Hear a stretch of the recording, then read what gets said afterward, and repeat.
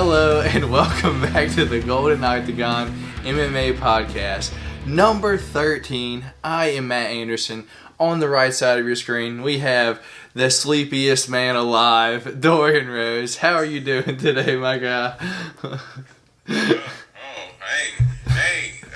Nah, we're good, man. Just enjoying the Sunday.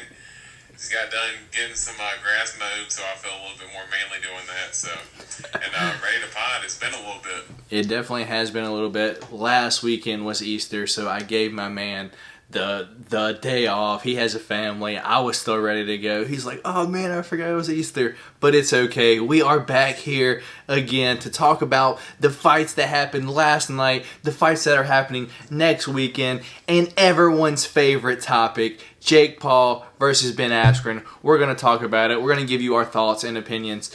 But before we get started, if you guys wouldn't mind, please put a thumbs up on this video, show your support, and if you're not subscribed to the channel yet, come on now, help us out, help us grow. There's not too many of y'all, but you know, if you share this with anyone that enjoys MMA or UFC at all, we can get our numbers up thanks to you guys. So please, that's all that we ask, is just share this, subscribe, put a thumbs up, anything. Just click all those little buttons. It'll help us out as much as possible. I'm going to give you guys a quick rundown on what to look forward to in today's show. So up first, we're going to talk about last night's card, Marvin Vettori versus Kelvin Holland. We're going to talk about at least the full main card, maybe a few of the prelims, and then we are just going to talk about any other news, topics, fight announcements, any other thing like that. And then the moment everyone has been waiting for, Jake Paul versus Ben Askren. Me and Dorian are just going to kind of dive right into it, give our full, breakdown on what we think is going to happen in the boxing world. We're MMA fans. I'm not a huge boxing fan. I know Wilder, I know Fury, I know Ryan Garcia. Not too many outside of that, but Jake Paul versus Ben Askren is this upcoming weekend, and we're going to talk about it. And then we will be talking about this upcoming weekend's UFC card, Kelvin Gastelum versus Robert Whittaker, possibly the 185 title contender for the number one, title contender for the number one contender. Am I right, Dorian? Something like that. So that's going to be interesting. If there's a spectacular performance, you know, something might happen there.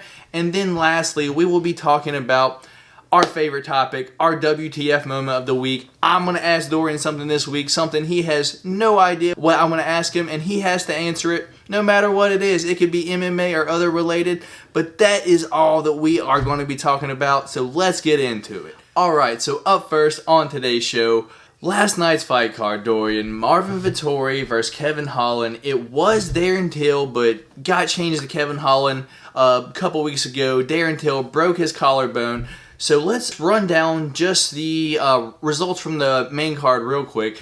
So Marvin Vettori gets it done over Kelvin Holland. Unanimous decision overall. Arnold Allen gets it done over Sadiq Yusuf. One that was back and forth. A pretty crazy fight, not going to lie.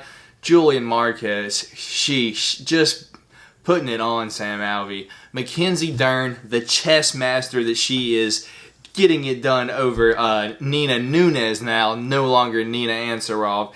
And to start off the main card, Daniel Rodriguez versus Mike Perry. Daniel Rodriguez just looked good. We're going to talk about it. So up first, let's talk about just the main event, Dorian.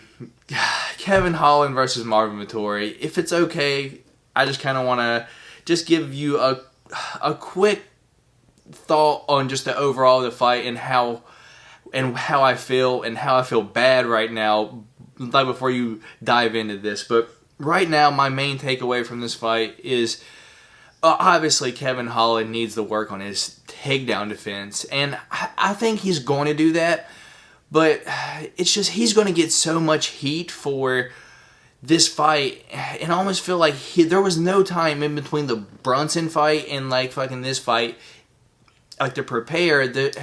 It was almost guaranteed to happen what happened.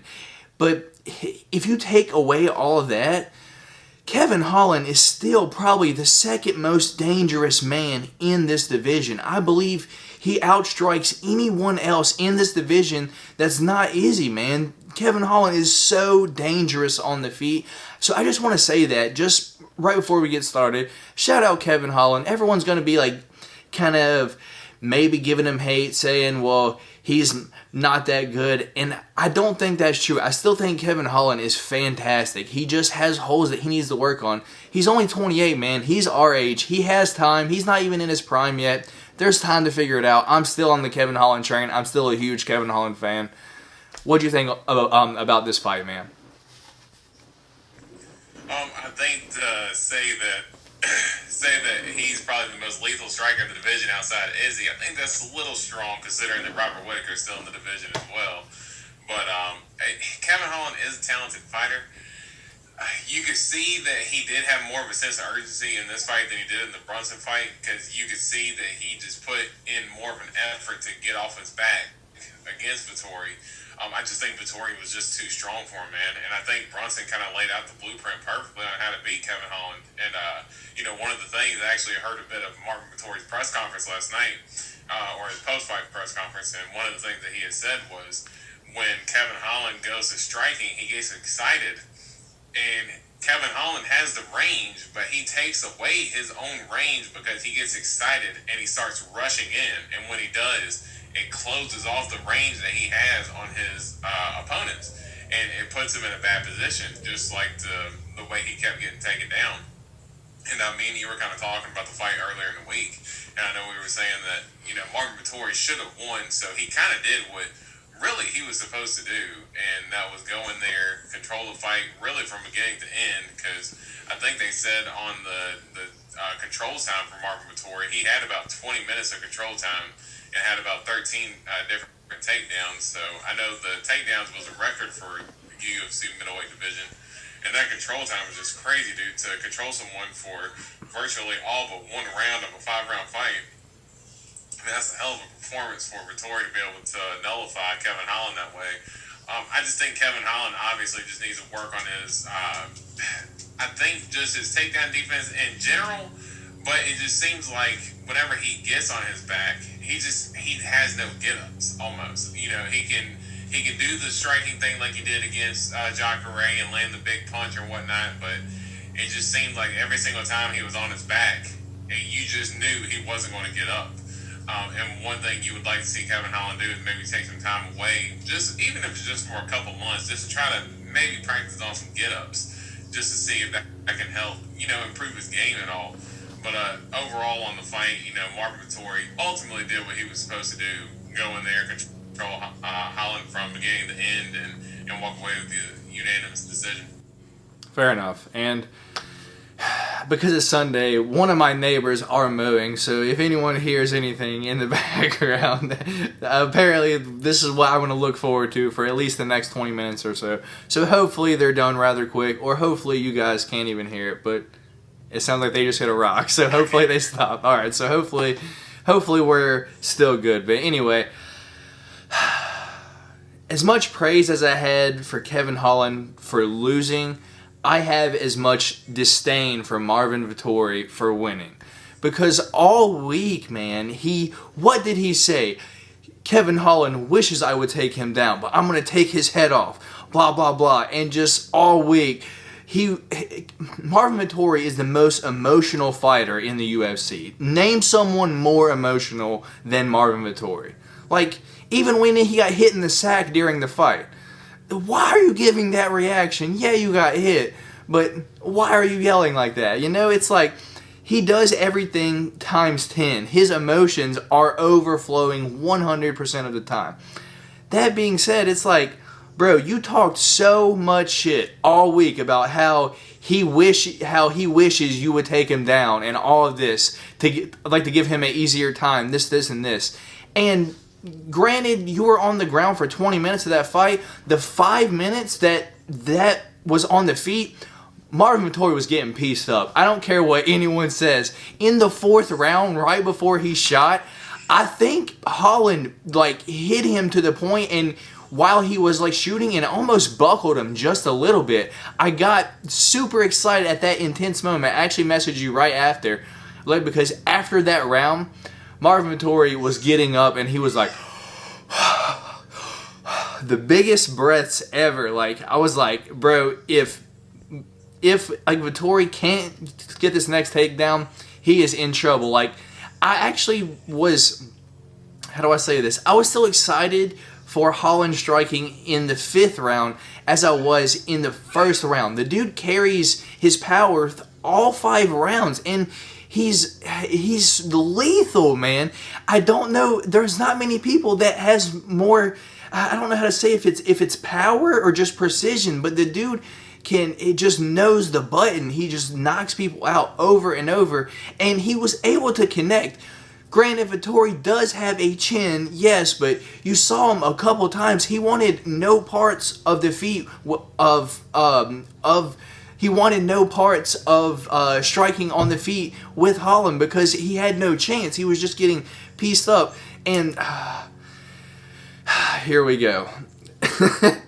When Marvin Vettori was, I guess, guarding himself from getting up kicked, bro, you have no idea. I was like, come on, Holland, just kick his fucking head straight out of the octagon. My emotions as a fan were just raging through. I'm such an emotional fan when it comes to a person talking so much shit and then doing the exact opposite of what they said. For example, Kamaru Usman, he loves to do that. Here, kind of recently, he's been showing, that he can do what he says he's going to do.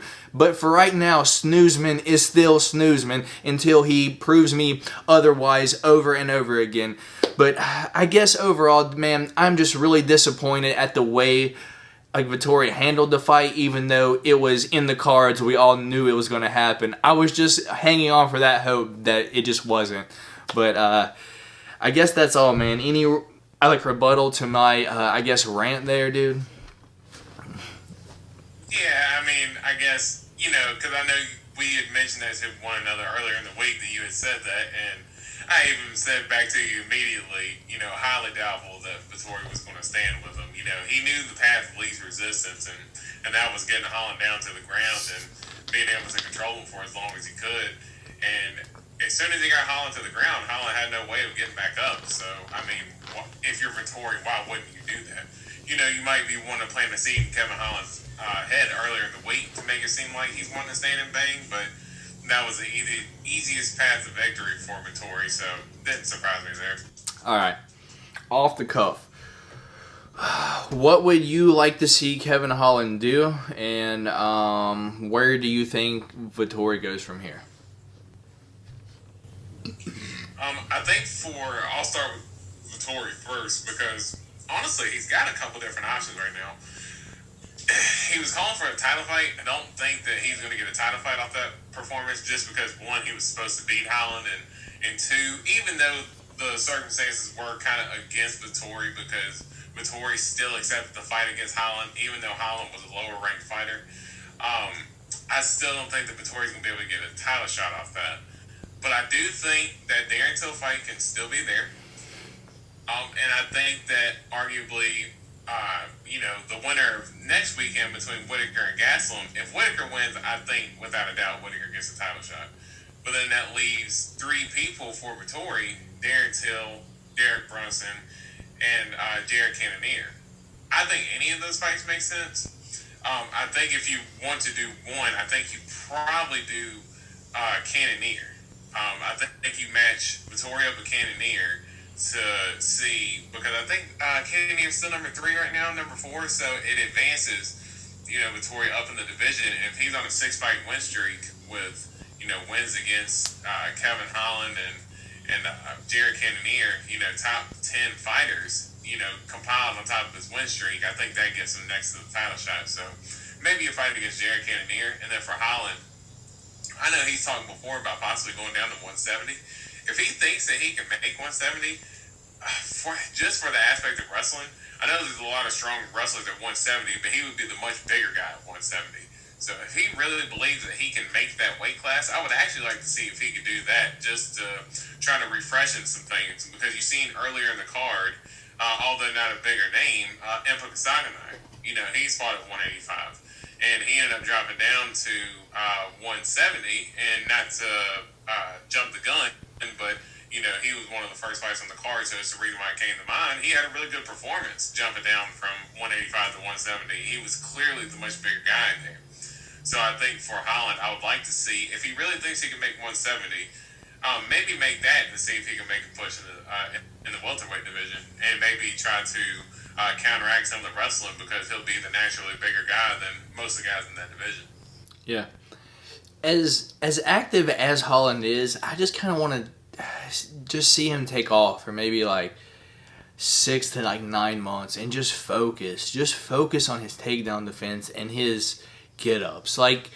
Because there's just this two glaring weaknesses. Is he gets taken down just so easily. Like, it was almost like the same takedown and over and over. And you saw it in the William Knight versus like the Da Jung fight. Just the same takedown over and over. Just the step right behind the legs and just the sag right over, and then he's down every single time, dude. It's like he has no answer for the like, once he has his hands gripped, he has no answer. He has no clue how to like break the hands. So until I see Kevin Holland just work on his defense, man, I don't want to see him fight anyone that is even going to remotely try to do this to him, because it's just a game plan. And if he can't knock them out, man, it's like, man, this is going to be a long night. Because even if you just look down the rankings, man, like at the bottom, look at the bottom. Chris Weidman, dude, is like ranked, what, 10, 15? It's like, do I see Kevin Holland beating Weidman? I mean, Weidman's a big middleweight, like, and at the same time, it's like, if he can't knock him out, dude, and if he's able to get him down, Holland's in trouble, man. So I just really want to see Kevin Holland just take off just a couple months, 5, 6, 9 months, who knows, and just really dedicate his time to working on how to get up and his defense, because I'm a huge Kevin Holland fan. I just want to see the guy do well. Trailblazer fan right over here. I can't wait to get something Kevin Holland when it comes out. But until then, we are going to move down to the co-main event of this card.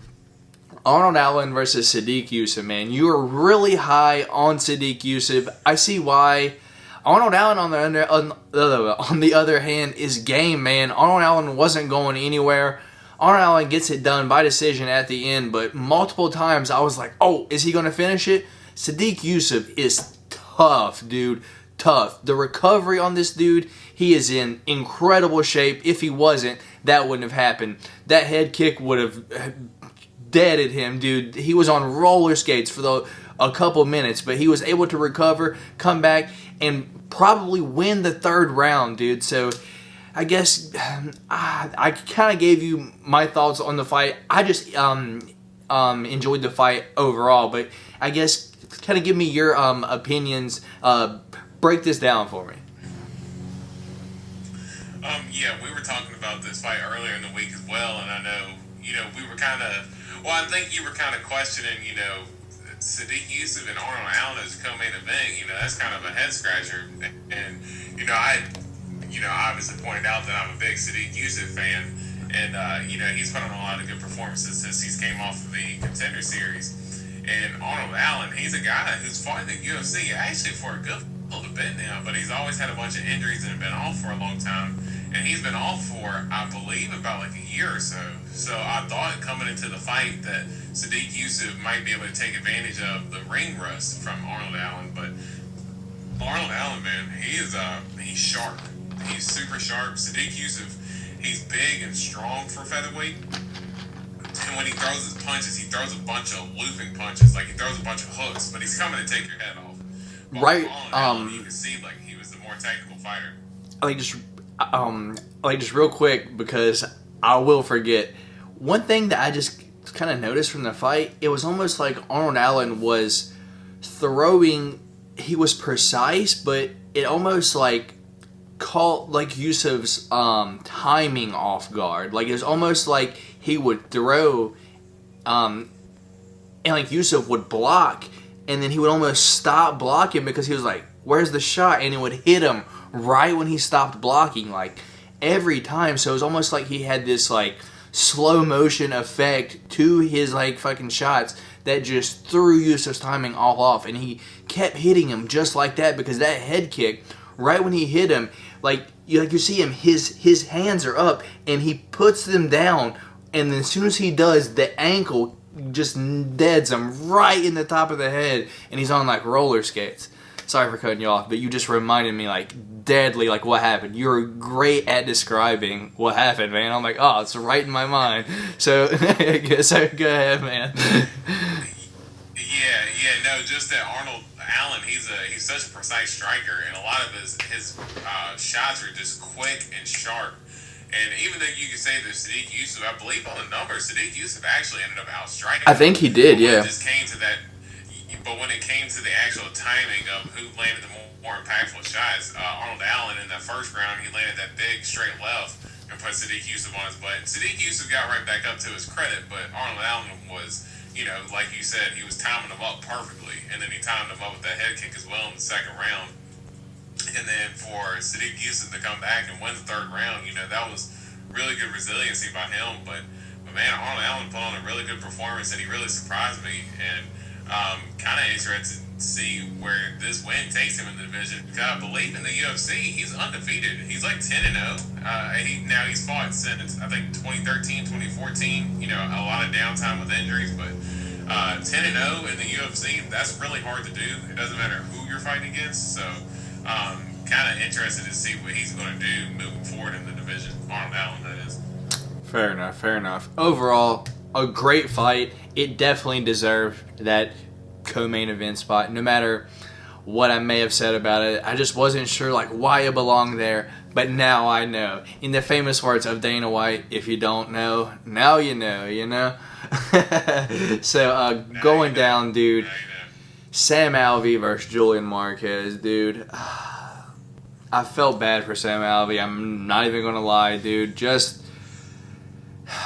I thought Sam Alvey was going to be a lot bigger than what he was. And then at the stare down, I was like, oh no, this isn't good. Sam Alvey usually fights at 205. He brought down to 185 for this fight. Man, it's just like Julian Marquez, just a young killer, dude. The dude is there to take your head off. And don't get me wrong, Sam Alvey is good, but he's good because he's awkward. It's like you don't know where the punches are coming from, and it's like it's hard to put him out. But Julian Marquez, the Cuban Missile Crisis, as his nickname states, the dude's got power and he will take your head off. Did you hear that one? They just now killed their lawnmower. So hopefully they'll be done. That's what they get for not charging. I mean, for mowing their damn grass. Their grass was mad tall too, so they definitely deserved that. So hopefully it'll be quiet just for a few minutes. Anyway, Julian Marquez just has the power. Got Sam Alvey out of there, dude. Second round. Choked him, I thought he was gonna get the knockout, but crazy, dude.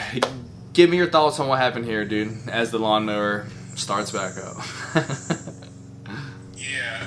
Man, Julian Marquez, he looked like an absolute savage out there, dude. Just with his hands. His hand speed was really on display against Sam Alvey. Now, I thought, because Sam Alvey has fought at middleweight before. He's actually fought a bunch. He beat, I know he beat Rashad Evans when Rashad Evans went down to 185. But most recently, he's been at 205, multiple fights. For the past, I would say 2 or 3 years, he's been solid 205, pretty much straight. Yeah. Well, I think it's fair to say that he's undersized for 205. Oh, for sure. He was doing it for the easier cut, but once he realized that he was fighting much bigger guys like Ryan Spann and stuff like that, that's what made him decide to kind of jump back down and fight guys similar to his size. And he did have a moment there, I believe it might have been at the end of the first round when he landed like a big right hand against Marquez and kind of hurt him. And Sam Alvey started walking him down for a second. But after that, you can see Julian Marquez cleared his cobwebs after the first round and just came out there and just put it on Sam Alvey. Just the hand combos were crazy, and every single time he would press Sam Alvey up against the fence, he would just throw just with killer intentions, and he landed that big left hand and dropped him. And as soon as he dropped him, I thought that the grounded pound was going to put him out, but for him to sink in the choke the way he did, because I know Sam Alvey is a guy who always says that, he's lost fights via TGO before, but he doesn't like getting stopped because he tells him to take him out on his shield. Well, Julian Marquez helped him go out on his shield because he put him literally to sleep with that rear naked choke. So Julian Marquez, for him to put it on Sam Alvey the way he did, we typically don't see Sam Alvey get beat up like that. So really good performance by him, and Julian Marquez started to put it together and started to become a legit contender in the 185 division. And one last thing on that fight, shout out Coach Krause, Thorian's favorite coach in the UFC. Another dub for the year. Coach Krause just keeps stacking them up. So we're going to move down the card. Probably a fight that I was, not want to say I wasn't most excited for, but definitely one that stood out on the card. Mackenzie Dern. It's fair to say that it was the most anticipated. Definitely. Mackenzie Dern versus Nina Nunes now, no longer Nina Ansaroff. On paper, this was probably one of the best matchups to be made because of this simple factor. Mackenzie Dern came out in her last fight, looked good, but just had a 1-2. Not too much on the combos there, and we all know Dern, once it gets to the ground, man, it's over. Game over. I don't care who they are. 115-pound division, if you are on the ground with Dern, dude, I'm not confident at all that you're going to get out of it. Maybe Rose, and that's it. Anyone else, dude, I swear, the fight is just over. Oh, that's what the sound was? I didn't even see what the sound was. I was like, what was the sound? That's why I was laughing. I was like, oh man, yeah, my freaking glove fell. Perfect. The improv on this show is priceless. You don't get it anywhere else besides the Golden Octagon. Anyway, so where was I at? So Mackenzie Dern, just pretty much as I was. Oh yeah, that's where I was at. Dude, anyone in the 115-pound division, dude, I believe that if they are on the ground with Dern, it's a wrap, dude.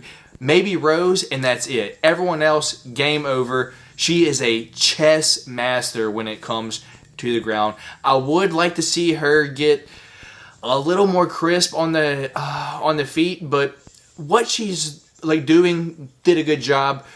Kind of 1-2'd her way onto the fence, 1-2'd her way into the clinch. Had Nunes now on the fence. Got the takedown and pretty much game over from there. It was 3 seconds left in the first round, but I wasn't confident that she was getting out of that round once I saw her wrap that arm up. I'm like, oh, it's over. I was just counting the seconds until she tapped her out. I wasn't even watching the clock. I was like, oh, she's got it. And sure enough, she got it. Give me your thoughts on this fight, man, and where you see Dern going from here, and how do you like my statement that it's a wrap if for anyone in the 115-pound division, aside from maybe Rose, if she ends up on the ground with Dern?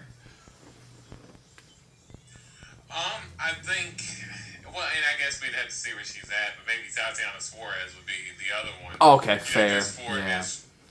She is big. She's big. She's big for 115. That is one thing that she carries. She is massive for 115. Yeah, she has a lot of size and she's super strong. So I would actually like to really see that matchup, but it seems like unfortunately, I don't know if we're going to hear from Tatiana Suarez in the Octagon again, but just as far far as active fighters, I would have to agree.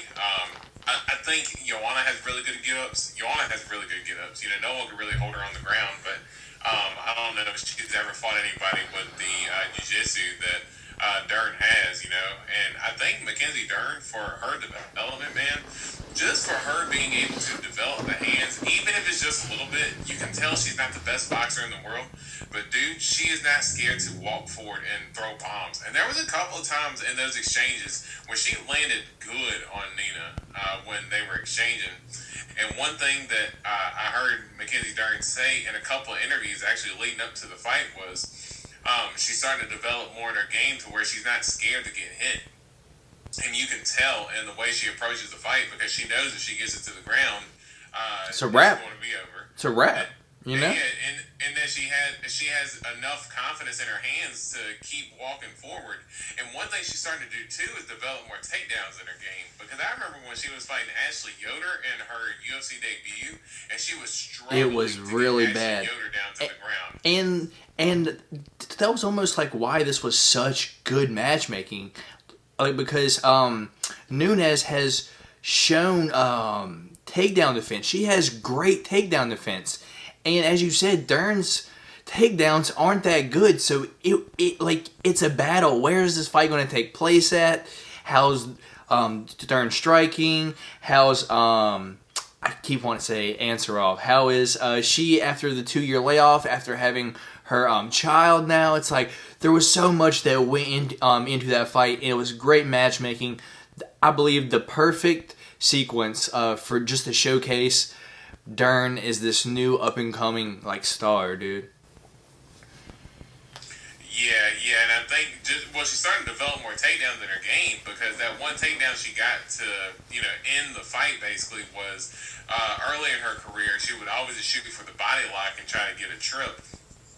But she got the body lock, wasn't able to get it, and then switched over to the single leg and then sweeped Nina's leg out from underneath her and sort of scooped her and slammed her. And then as soon as she got down to the ground, just assumed position, and she did what she was going to do from there, go for the armbar and finish the fight. So, I'm really excited to see what Mackenzie Dern can do in this division. Still think you need one more fight before the title shot, but I mean, hey, who knows? I mean, you possibly could put her in there with Joanna, possibly. I know Andrade just left the division, but she's going to be amongst the top. I would have to say at least the top 5 within the division. So she's definitely knocking on the door for a title shot. And when you say that, it's kind of scary because it's she's a killer on the ground, but man, if you just look at Rose's stand up, if you look at Joanna's stand up, you look at Wei Lee, dude. It's kind of scary, dude. Hopefully Dern can just add more tools to her, just arsenal over this time, that she has in between. Just waiting to see where she goes next, because I would love to see Dern just do better and better. She is a fan favorite. Who knows why? But we're gonna move on to what started off the main card. Platinum Mike Perry going up against Daniel Rodriguez. Man, I'm a Mike Perry fan. I think, how can you not be a Mike Perry fan, dude? I just want the dude to just do well. I was rooting for him. New father, just came in, looked on this, came in on the scales, looked great, dude. Weighed 170. You actually messaged me, even before I saw it, and you're like, dude, Perry looked great. I was like, huh? He always looks awful on the scales. So I looked and I was like, oh, he looks fantastic. But Daniel Rodriguez, man, he's almost a more polished version of Perry, if just in one overall blanket statement there. It's a little broad, but let me elaborate just for a second. Mike Perry has been training recently at MMA Masters with Colby Covington, and I don't know if it almost kind of seems like that's changed his style a little bit. He almost kind of looked just a little shell shocked, he didn't really want to throw until it was too late. He would get hit a few times like before he would like start swinging.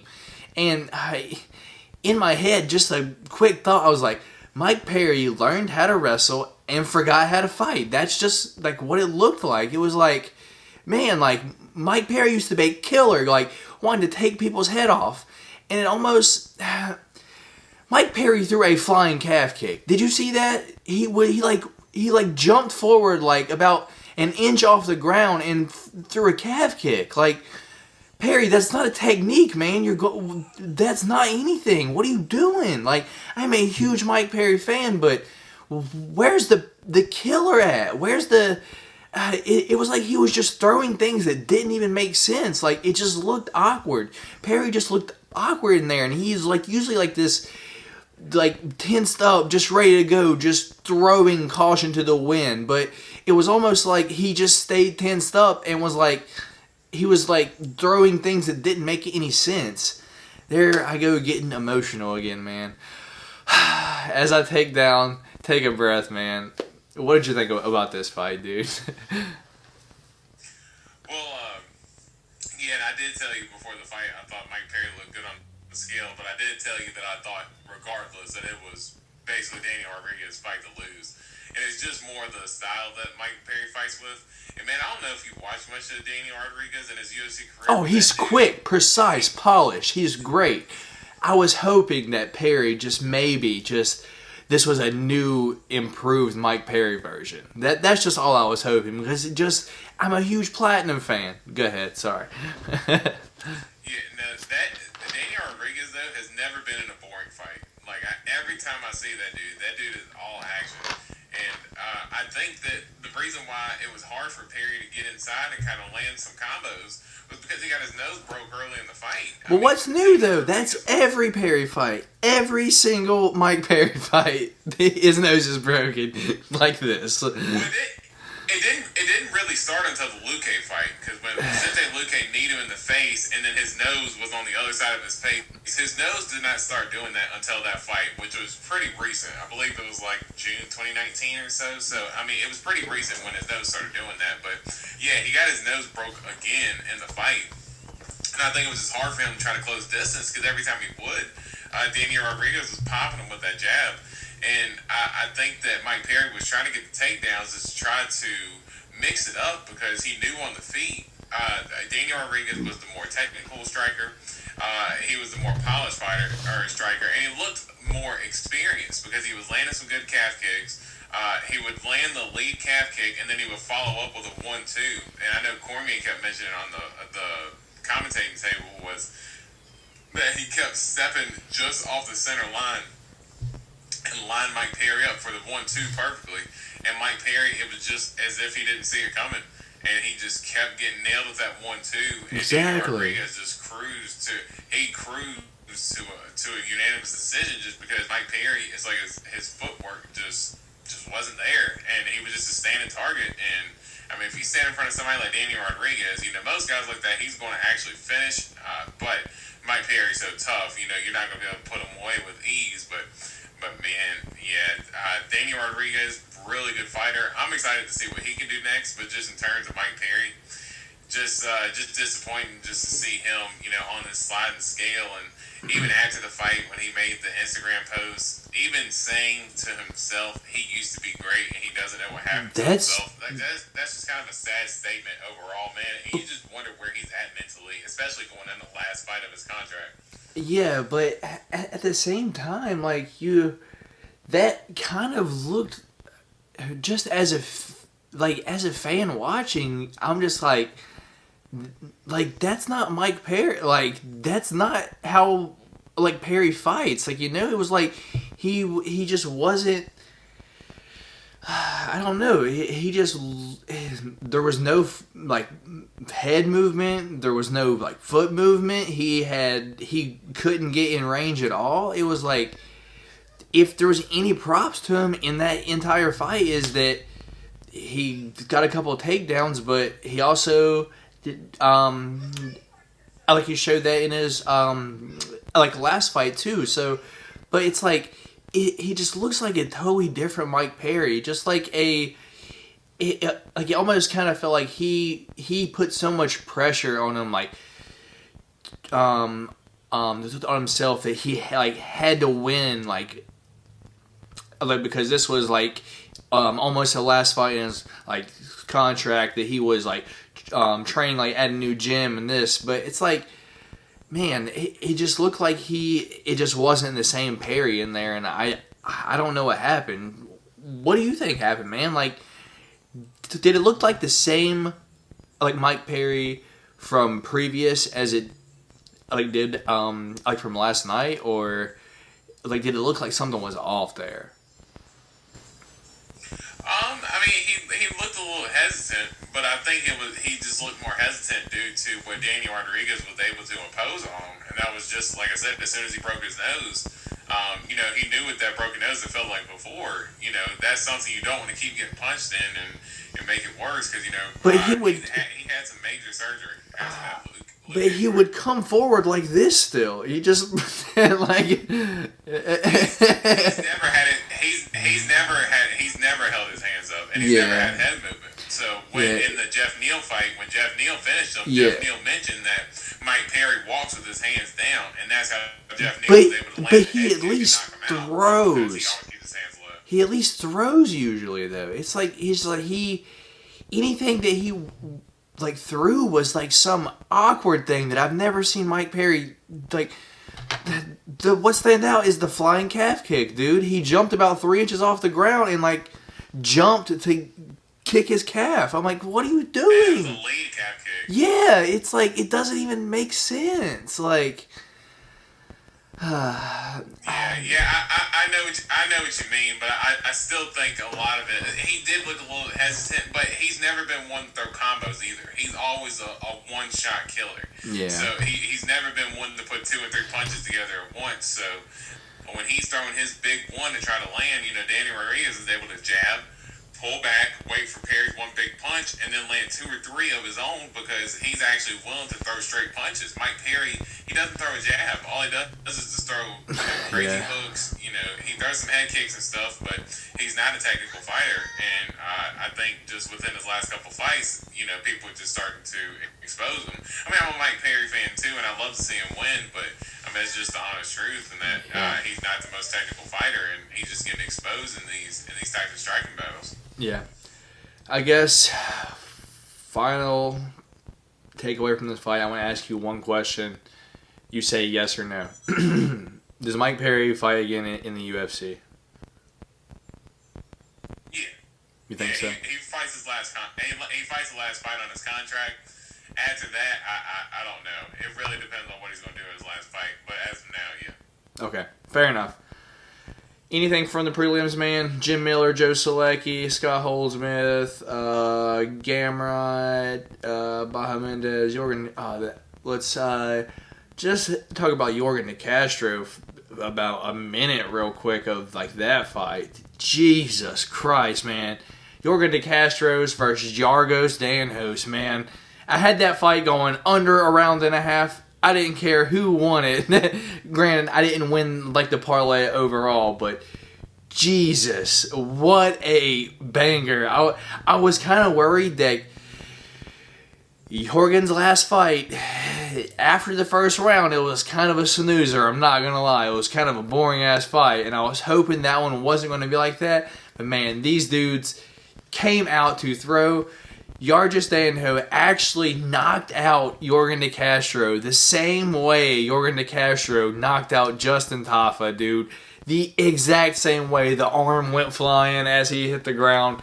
Just spot on. It's like, eesh, that hurts. Anything on this fight, man, or did I kind of got it there? Yeah.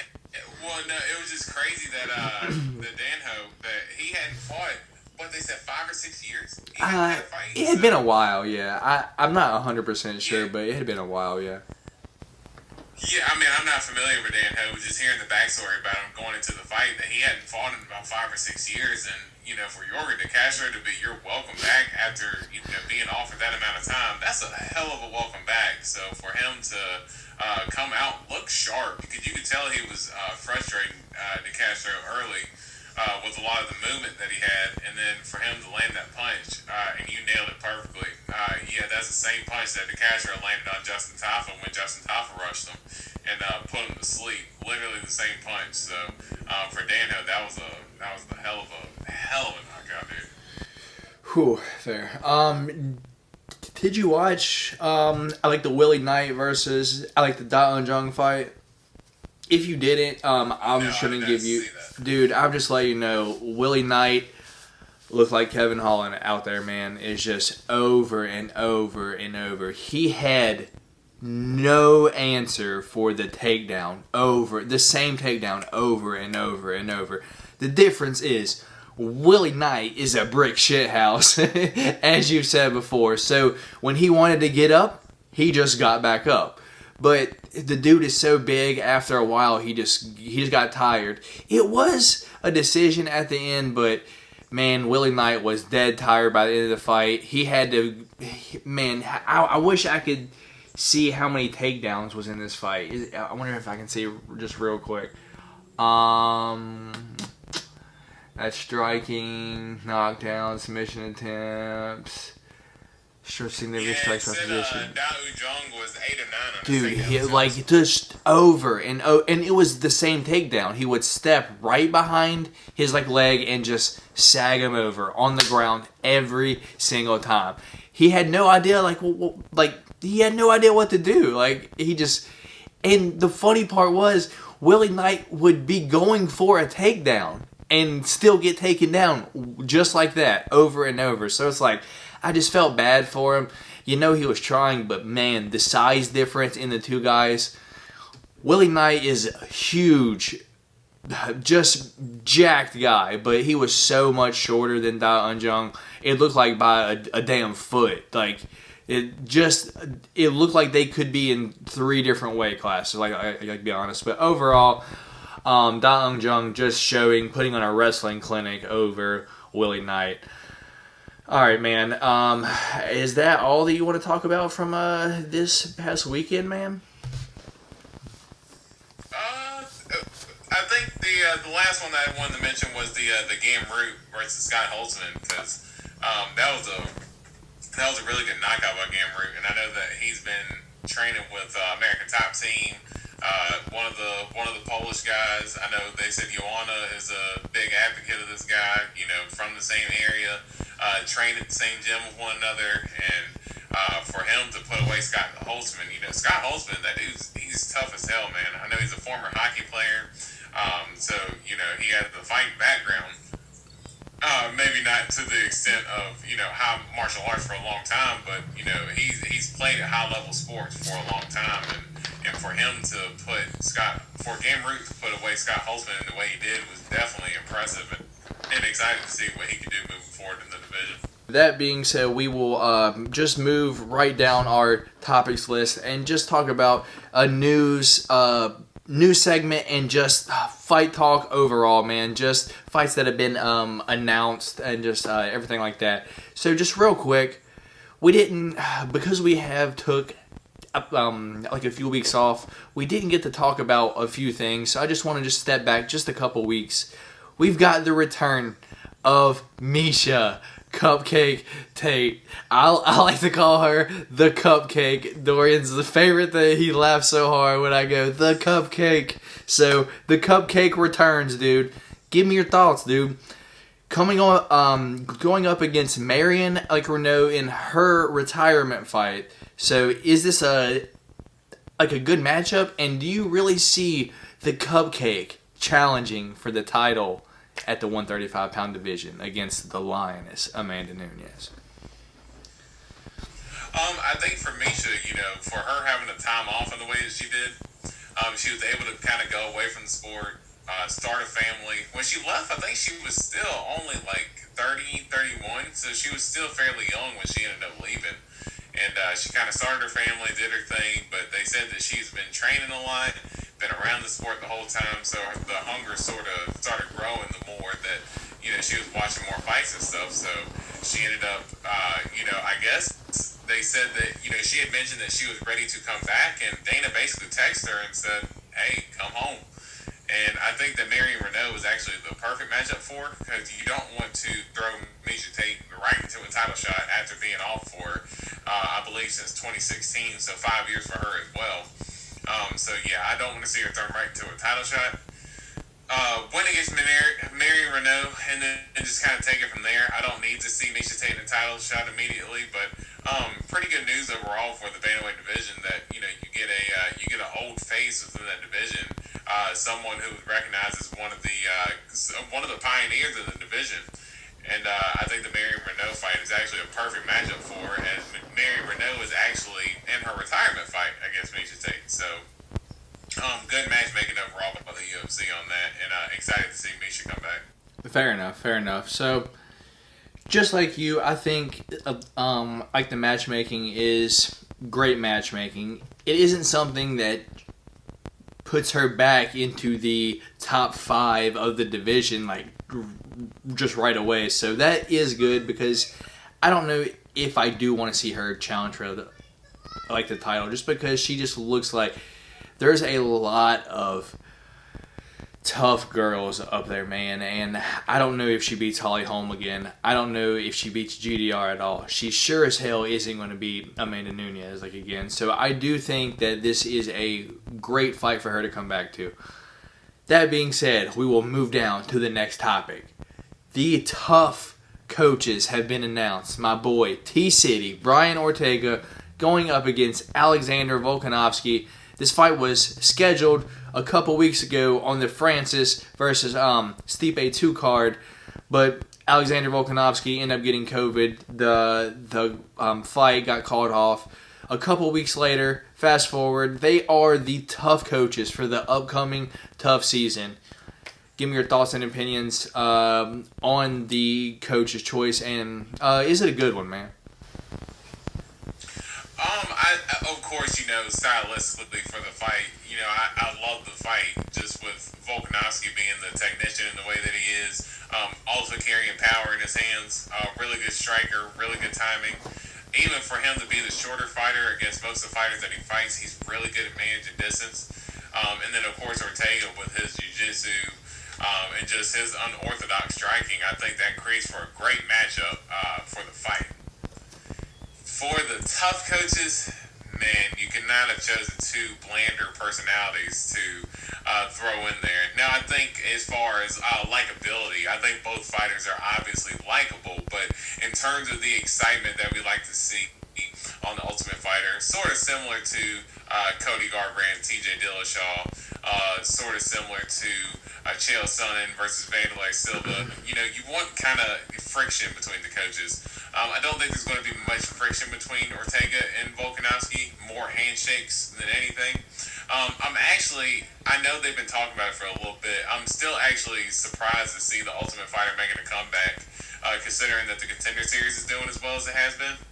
And the regional scene in MMA isn't as, of course, highly touted as it once was, because there's not a lot of regional MMA going on right now, because a lot of the regional scenes suffered due to the pandemic. So I think overall, as far as them being the coaches, of course I love the fight, but I hate it because, one, I don't think we're going to get much in terms of excitement when it comes to the 2 coaches. And then 2, now we got to push this fight back another 6 months. So we're probably looking at towards the end of the year before they fight again. So that's a little bit frustrating as well. So cool to see Ultimate Fighter come back, even though I hadn't really watched in a long time, when it was still going. So, not really too excited about the personalities, and not excited that the fight's getting pushed back, but I guess it is what it is. Fair enough. And so as Dorian is showering his children in the background there, we will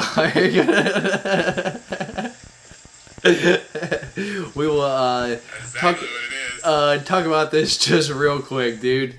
The Venom fight kits, man. The Venom fight kits. We saw the first ones last night. Just real quick, what are your thoughts and opinions on just the overall look of them, man?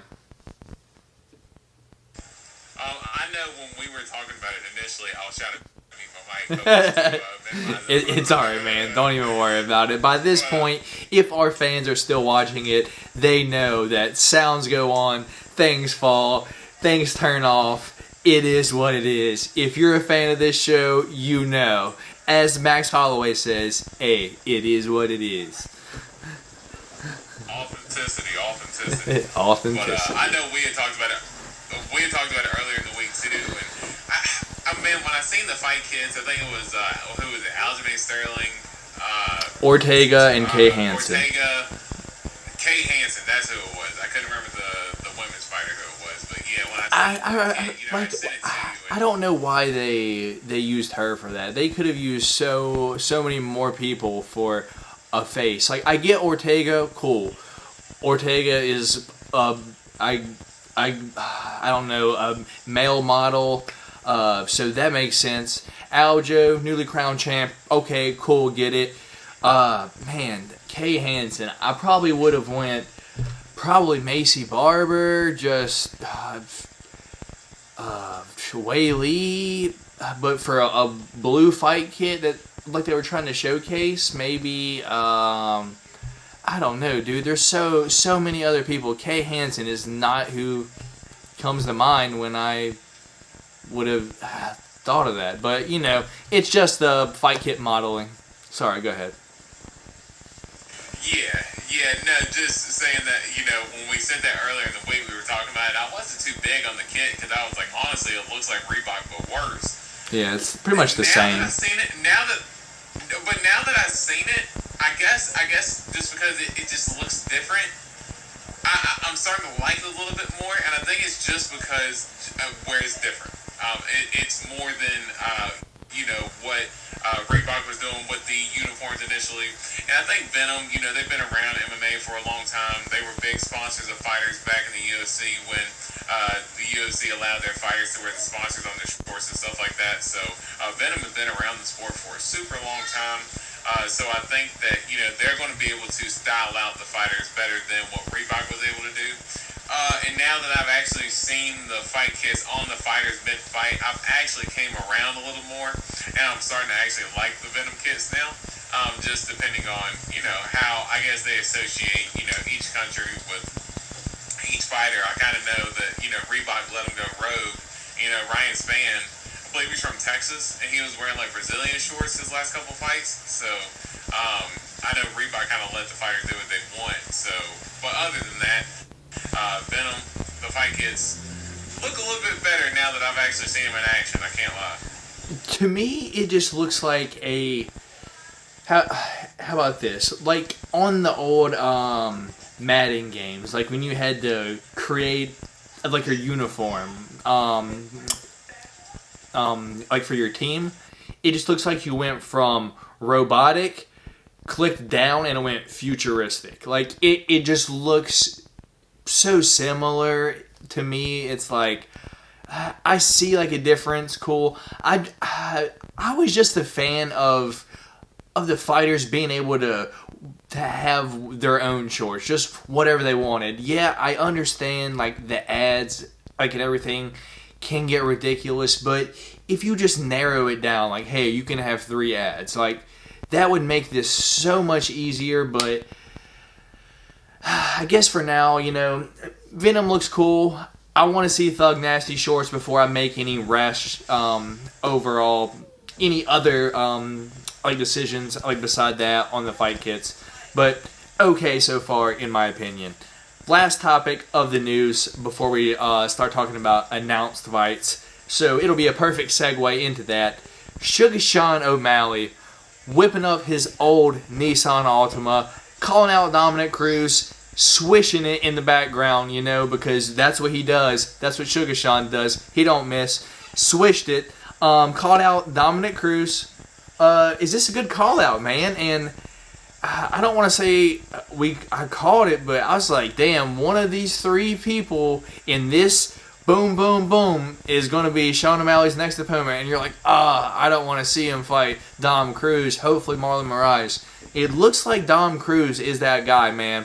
There's been some back and forth there. Do you think this will be made next? I think it really just depends on what Dominic Cruz wants to do, really. And I think Dominic Cruz has kind of put himself in a position to where, you know, he can kind of call his shots on what he wants to do. You know, he's kind of got he got the title shot against Cejudo when he really didn't deserve it. And it was just more because he called for it and then Henry accepted it. Because if it wasn't for that, I don't think Dom would have gotten the title shot. But the UFC respects him so much for being the first bantamweight champion. I believe he has the most title fights with WEC and UFC combined for bantamweight. So they pay a lot of respect to him. I just think for Sean O'Malley, man, I just don't know if that is the fight that you want, because I think that Dominic Cruz is, as far as style-wise, similar as far as the in-and-out movement, but I think his cardio is better and his wrestling is much better than Sean O'Malley, and I don't know if Sean O'Malley's really faced anyone that can really wrestle him and give him a problem in that category. So I think there's a lot of fights that Sean O'Malley can take, and it doesn't have to be the Cruz fight, and it can still be big for him. The likeliness of it happening, I don't see it. I mean, I can understand the call-out because Cruz is such a big name in the division, but as far as the likeliness of me thinking it's going to happen, I don't think so. And it's just more of, where is Dominic Cruz at this point in his career? Does he kind of want to reset and be the gatekeeper for the division? I just don't see Dominic Cruz seeing himself as a gatekeeper. I think that he sees himself as a title contender, as an uncrowned champ, and I just don't think getting the Sean O'Malley fight really puts him anywhere. So no, I don't think it happens next. Man, I don't. As smart as Dom is, he has to know that his route to that championship, it's not happening, man. He's ranked 9 right now. Like, it's a long way. It's a long way to the top if you want to rock and roll, you know. But he got his title shot against Cejudo after being off for 4 years and had lost his most recent fight before that. So it's not like the UFC hasn't done stuff like that for him before. But I think the jury's out now that Dom Cruz is not the same Dom Cruz 6 surgeries ago when he was the champion, man. He's not that same Dom. All right, man. So I guess my overall thoughts, I do think that fight will be made next. UFC is good about when fighters matchmake for them. They tend to just make the fight. Greg Hardy versus Tai Tuivasa, that just now got made because fighters wants the fight. They're like, oh, okay, cool. We're going to move down into fights that are now officially made. Conor v. Dustin, I believe that's signed for July, so we'll talk about that in just 1 second. We got Leon Edwards versus Nate Diaz. We're going to talk about that one. And just real quick, I just want to shout out a few. Amanda Hebus versus Angela Hill. That's going to be a banger. And I don't want to know. I don't know what to say, but Dorian, our last podcast, man, I was like, man, Miranda Maverick's next fight is going to be Macy Barber. I don't care what anyone says. And you're like, oh, man, I don't know how much I like that. Like, that's a little quick. Do they want to kill, like, one of their stars? I'm like, nope, that's the fight to make. Sure enough, that's the fight that has been made. Macy Barber versus Miranda Maverick. I'm not liking Barber's chances there, especially if she comes out shadowboxing, dude. And then lastly, Dan Ige versus Zombie. That's going to be an interesting one, but we'll talk about all 3 of those last ones once they get closer. But just real quick, off the top, Conor v. Dustin is official. You already know I'm going to be rooting for Conor here, man. I think Conor gets it done. He's been bouncing around all over my Instagram all day long. I don't even know what else to say. Anyone else that's been on Instagram today that follows any MMA pages, Sunday or I guess it'll be Monday when you watch this, just Conor McGregor bouncing around, kicking this heavy bag all day long. That's all it's been. So I guess just real quick, man, give me your quick first impression fights on what's going to happen and your thoughts on the fight being made. I think that, as far as for Conor, he definitely needed the time off in between. I think one of the things that people killed Kevin Holland for this past weekend was him taking a fight 3 weeks after him losing to Derek Brunson and fighting a similar style fighter in Vettori. And I think for Conor, if he wants the best chance to win, and I think address his cardio as well, because it just looked like in that fight that in the second round, once Dustin weathered the storm early, that Dustin was able to really put it on him from the second round on, and kind of made it to, he beat the piss out of Conor, just to put it lightly. So I think Conor definitely needs a time away. Dustin, of course, he was banking on this fight to happen. Chandler and Oliveira got the title shot, so we kind of already knew once that happened that we kind of knew which way the UFC was going, and Dustin, he's going to take the money fight right now because that's the one that's going to make him the most money. So I am excited about that fight. I'm just really curious to see how much Conor is really going to show really involvements in his game, to see if he can still compete at the top of the 155 division, because I believe we were talking about it. What is he, only 1 and 2 at lightweight in the UFC? I believe Dustin Poirier has fought, at 12, 13 fights at lightweight by now. So Dustin is definitely the more seasoned contender at lightweight. So really curious to see if Conor can kind of pull up that old fire, to see if he can bring back the old McGregor. Fair enough. It'll definitely be interesting, and I don't want to talk about it too much, just because the fight is so far away. Who knows what's going to happen? So we'll talk about Leon versus Nate just real quick. I just want to throw just one scenario out there real quick. How crazy would it be?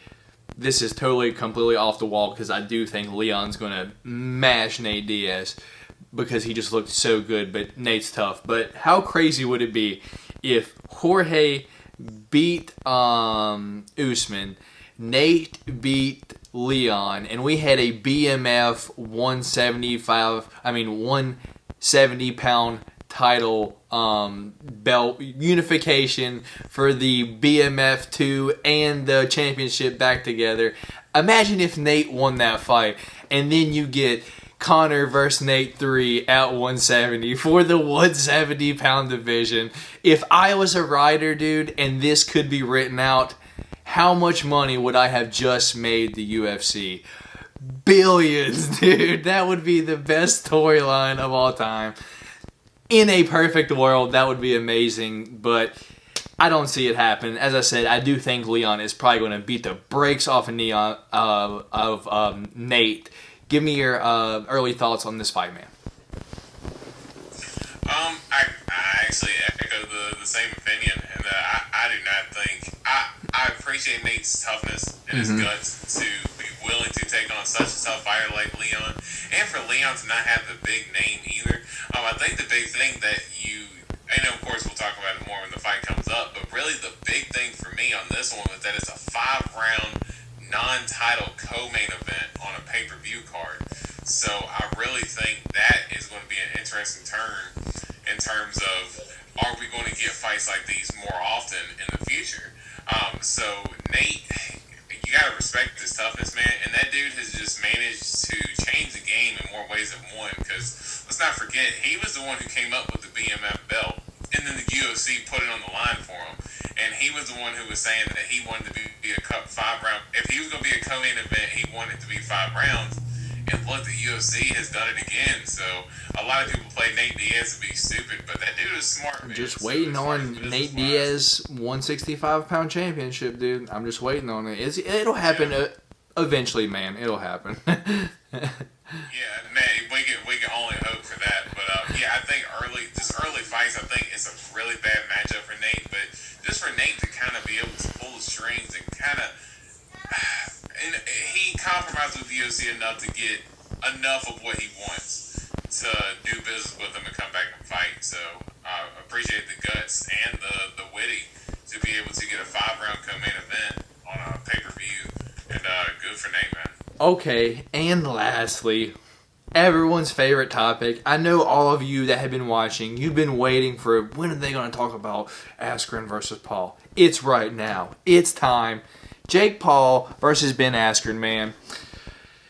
Earlier in the year when this was first announced, you're like, oh man, this does not look good for Ben Askren. My man, Dorian Rose, one of the biggest UFC fans I know, said Ben Askren had pretty much no chance that he was going to get knocked clean out. Some time has passed since then. I said from the beginning, I think Askren's probably going to win by decision. He's just too tough. And Jake Paul is going to have such a hard time getting Askren out of there, man. Jake Paul, I promise you, he don't hit like Robbie Lawler. He don't hit like Diego Lima. That's for damn sure. Like, there's so many people that Ben Askren has just absorbed their shots and just never been like knocked out until the Jorge knee.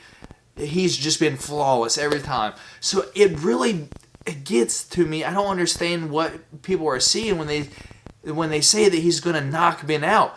Just because Jake Paul knocked out what's his name? Nate Robinson, the dude is a basketball player.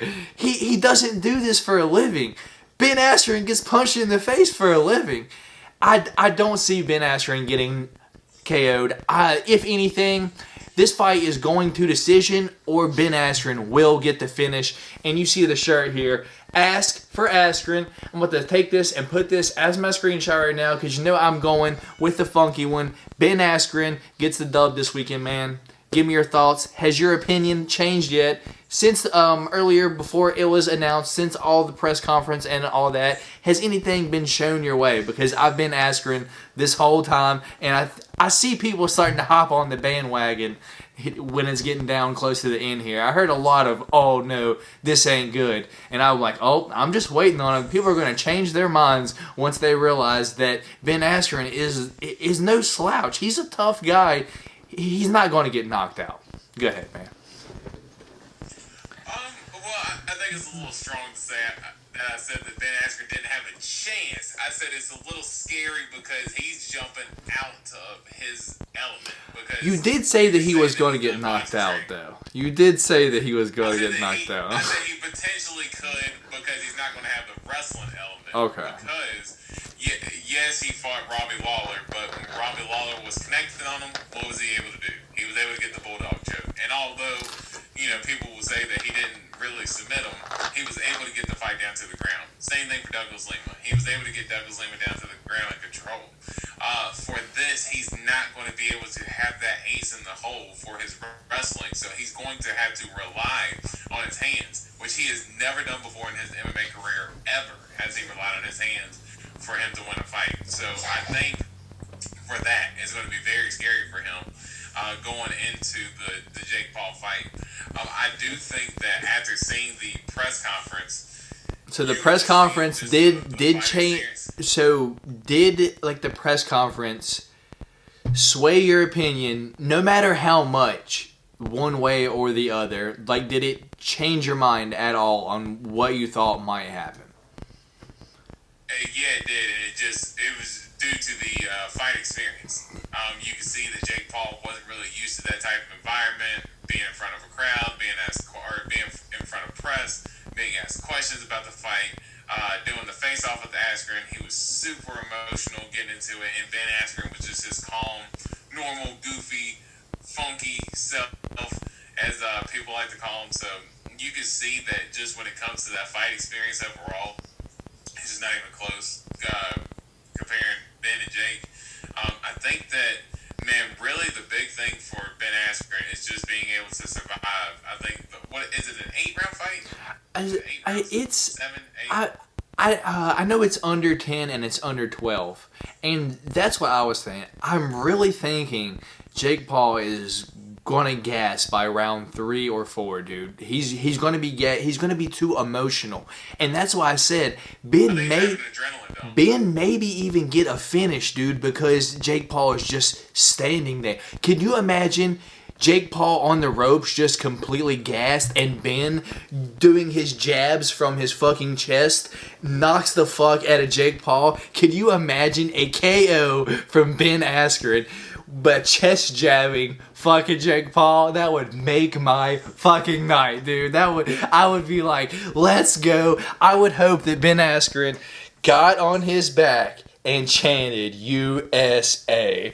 That's what I would know. But anyway, alright, sorry, man. I love this back and forth on this fight. I'm glad that you kind of see why I'm so hot on this, man. There's from the very beginning, I was like, there's no way. This dude has one boxing fight and knocked out one dude that's never had a fight.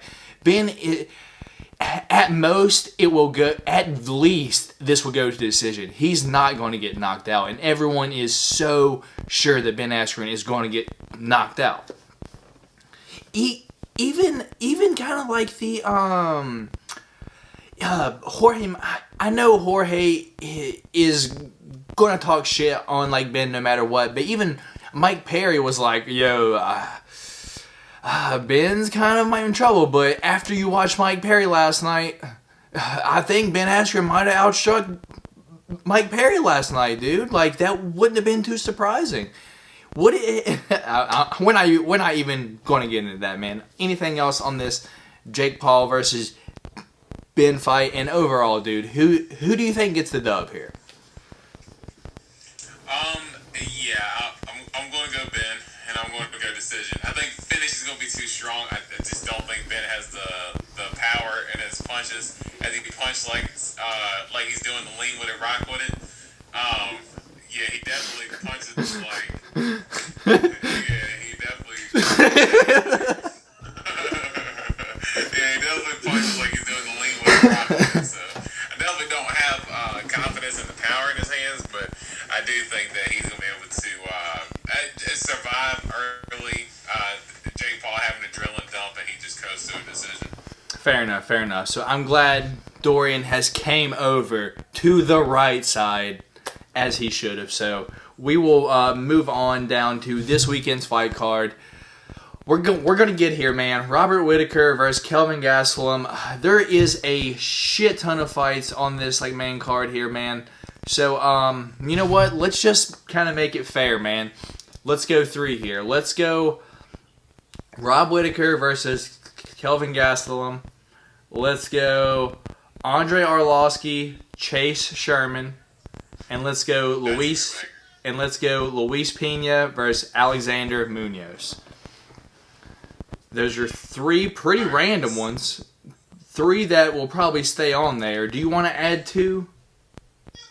Do you want to add like a Jeremy Stevens, alleged car close? Yeah, let's do that. All right, yeah, let's do that. So we're gonna have 4. As well as, 4 fights to choose from.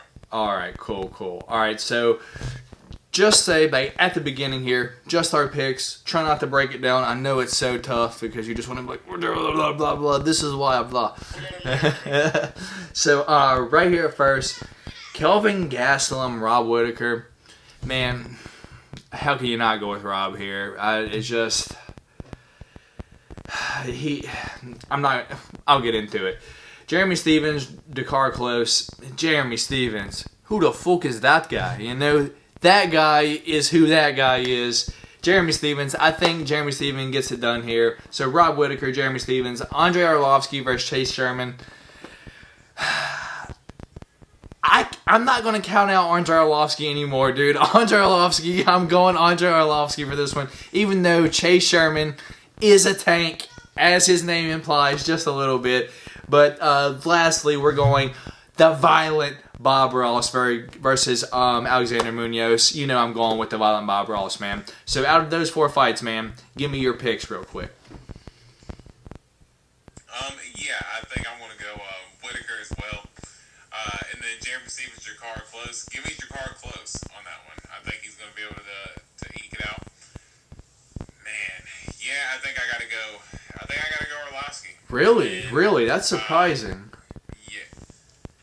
Yeah, I'm actually going to go Arlovsky in that fight, and then I also think Pena as well. Wow, so we only have one fight. One deferring fight. One fight different there, but it's okay because that one fight will make or break. If you guys don't know, this is still here. Still here because we haven't had a show. And I just, even if we would have made a pick, it would have stayed here. Dorian is never going to have this, but it is okay. He has a chance at it this upcoming weekend.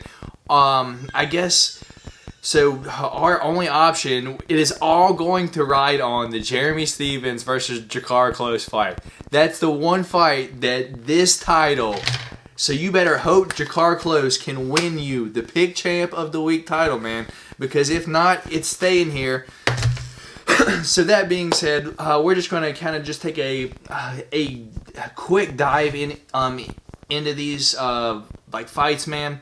Like I said, there are a shit ton of fights this upcoming weekend.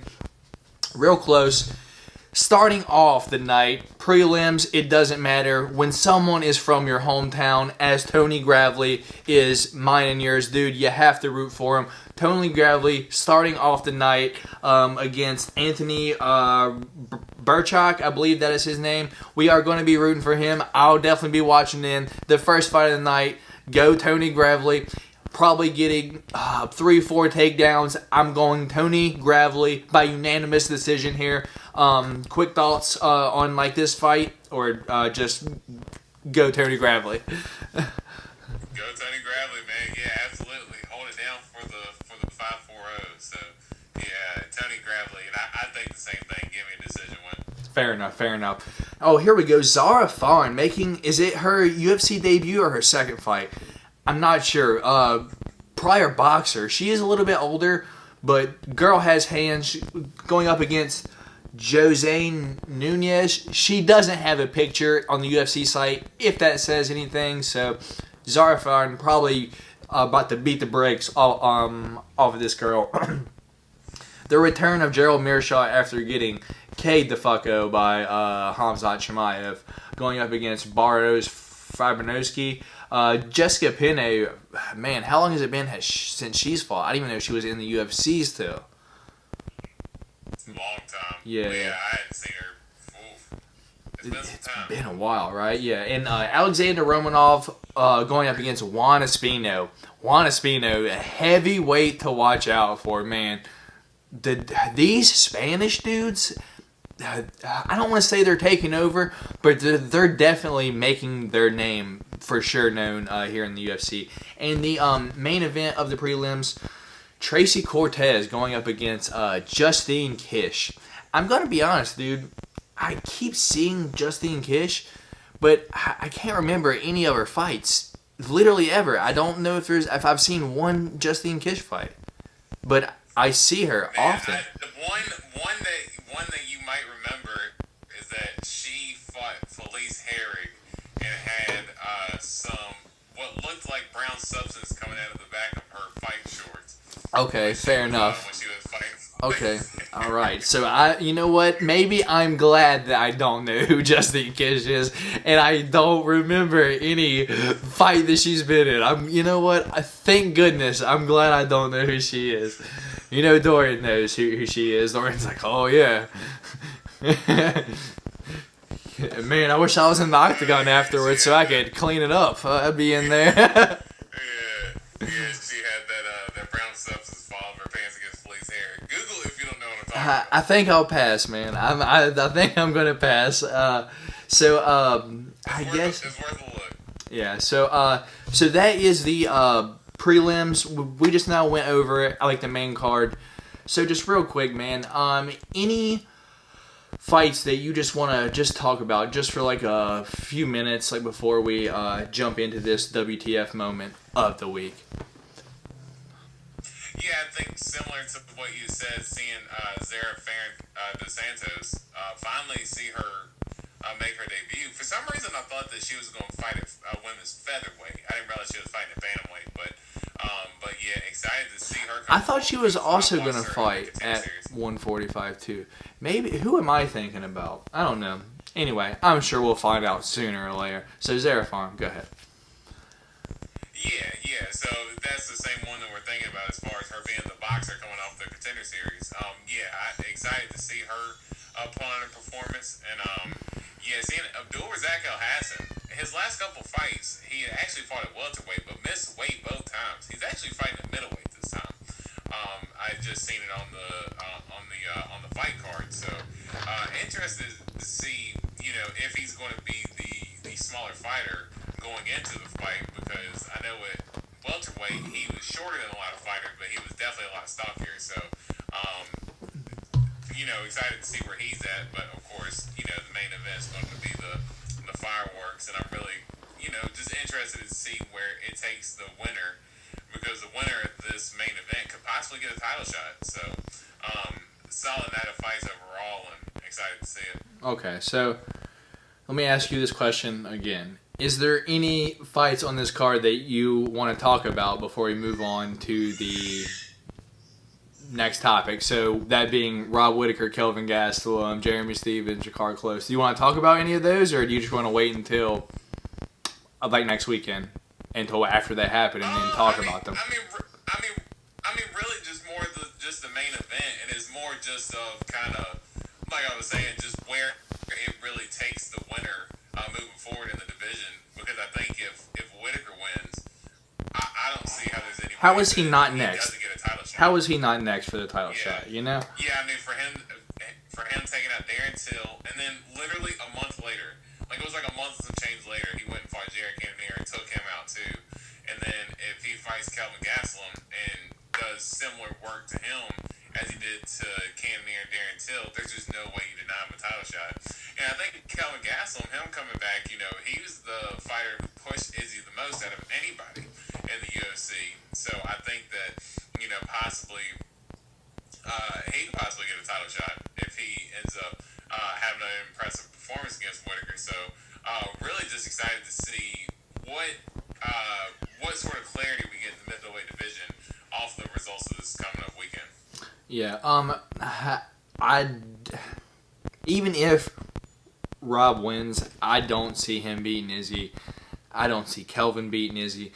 I sure as hell don't see Marvin Vettori beating Izzy, even though he's calling for it. I was like, bro, what out of that performance made you think that you can beat Izzy? Because did you see how gassed he was, like round 3, dude? I was like, oh man, Izzy would have been lighting him up, dude. Just, could you imagine a gassed Marvin like he was against like Holland last night against Izzy at all, dude? Could you imagine the field day that would have happened, dude? Izzy would have lit him up, man.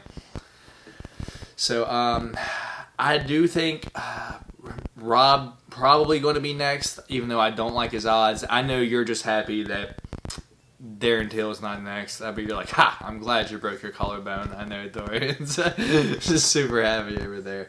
But, yeah, just overall. Happy that he broke his collarbone. Just know that he really wouldn't be deserving of a title shot had he beaten Vettori. All right, fair enough. All right, time to relax just a little bit. Let me sit back because it's time for the WTF moment of the week. It is my turn. So it is my turn to ask Dorian a random question that he does not know about prior to me asking right now. It could be about anything on earth, and he has to give me a fair answer and at least try his best to give me an answer for your guys' entertainment, for my entertainment. Here we go. So, Dorian, let me ask you this. You've watched a lot of UFC now. I would say 8+ years at least. Me personally, it's been, I would say, a straight 8 years for sure, and off and on 11 years, something like that. I've seen a lot of fights.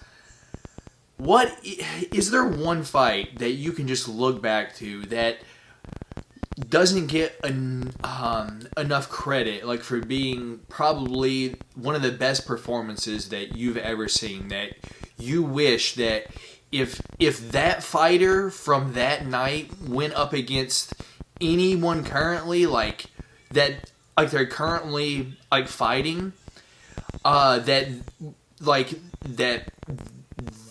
version of them would have mopped the floor with anyone in their current fights. So is there one like that you can look back at that, you know what, that doesn't get enough credit for just how spectacular that was?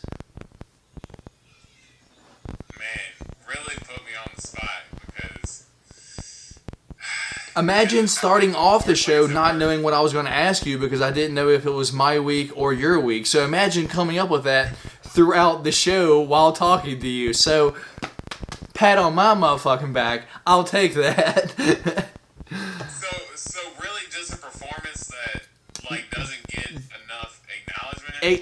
acknowledgement that they would have beat anyone like that night, like no matter what. It could be like luck or just overall skill, but just the performance overall. Like this isn't mine, but just as a random one, GSP versus Matt Serra. The night that Matt Serra beat GSP, dude, man, that was Matt Serra's luckiest night ever. I feel like Matt Serra would have won the lottery that night if he played it.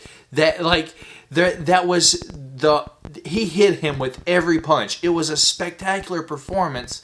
This isn't mine, but just kind of something like that, because that one does get a lot of recognition as, oh shit, the biggest upset ever. So that one's well known, but is there one you can kind of point to that you're like, damn, not that many people give that performance enough credit? If you need a little help, I'll even go first, man, so I can give you more time to think. Yeah, you go first. All right. Give me more time. If there's just one fight that I can just look back to that I would be like, damn, that he would have beat anyone that night, and I don't care who it was. And it's someone that I give a lot of harsh criticism to now, even though I'm still a fan of the guy, is Cody Garbrandt. The night that he beat Dominic Cruz, man. I'm literally getting chills talking about it, just thinking about just how slick Cody Garbrandt was. Just Dominic Cruz could not touch him, dude. The Alpha Male camp had Dominic Cruz plan to a T. The game plan was strategic, spectacular. Cody Garbrandt that night was untouchable, man. And because of that, dude, that's probably one of the best performances that just doesn't get enough credit, dude. He pitched a shutout on the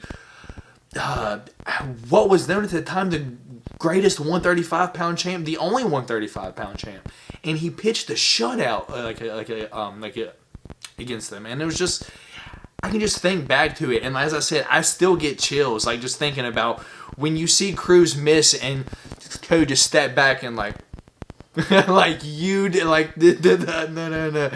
That's where all that came from, man. That was probably just one of the best nights that I can just look back to and be like, wow, what a performance.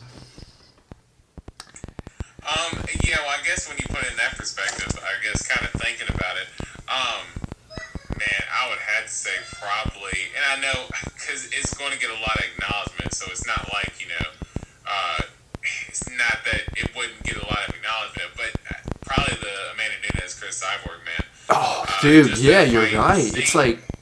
Yeah, seeing Amanda Nunes, and obviously she's untouchable now, but there was just this mystique about Cyborg. It's like she's this killer, and every fight that she had Amanda Nunes, everyone, they lasted 30, 45 seconds, and that was it. They could only take one punch, and we're out of there.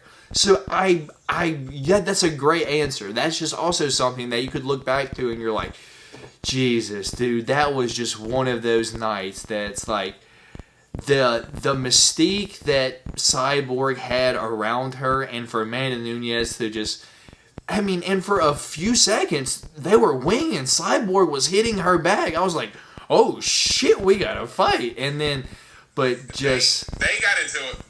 Yeah, they were getting into a brawl. That fight was only 50 seconds, but that fight was definitely, had that fight lasted longer than what it was, they would have banged until one of them would have fallen, because Cyborg went to start patient, and then, man, because I can't tell you how many times I've actually watched this fight. Dude, me too, dude. It's just...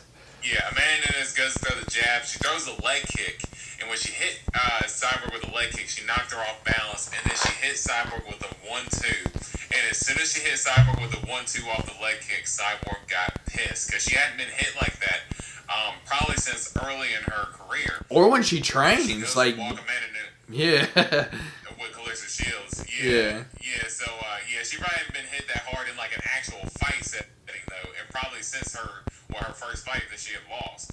So, yeah, seeing her take those shots, she started walking down Amanda Nunes. Amanda Nunes hits that perfect left hook, right hook, hook, and then she drops Cyborg, gets her against the fence, and then just a batters her boom, until boom, she and then drops just her a face walk first. off. Just, dude. Yeah, hit her with a 1-2. Cyborg falls face first, and then Amanda Nunes jumps out the ring.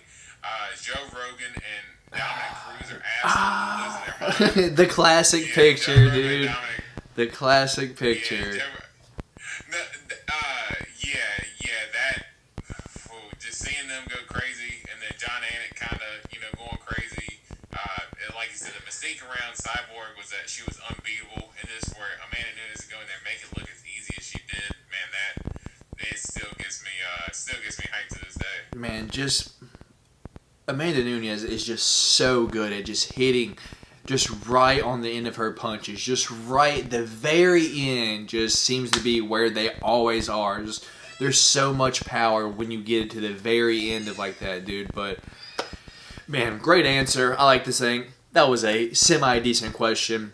Pat on my back for my WTF moment of the week. So shout out to everyone that watched this all the way through. Remember, if you enjoyed this, please put a thumbs up on the video. Share this with anyone that enjoys UFC, MMA. Subscribe to the channel if you are not. Comment below. Tell us what you think. Tell us if you think we're fucking nuts. If you think our analysis is way off, let us know in the comments. If you agree with us, put it in the comments. Let's see some comments. Anyway, that is all that we have for today, guys. So remember, stay golden.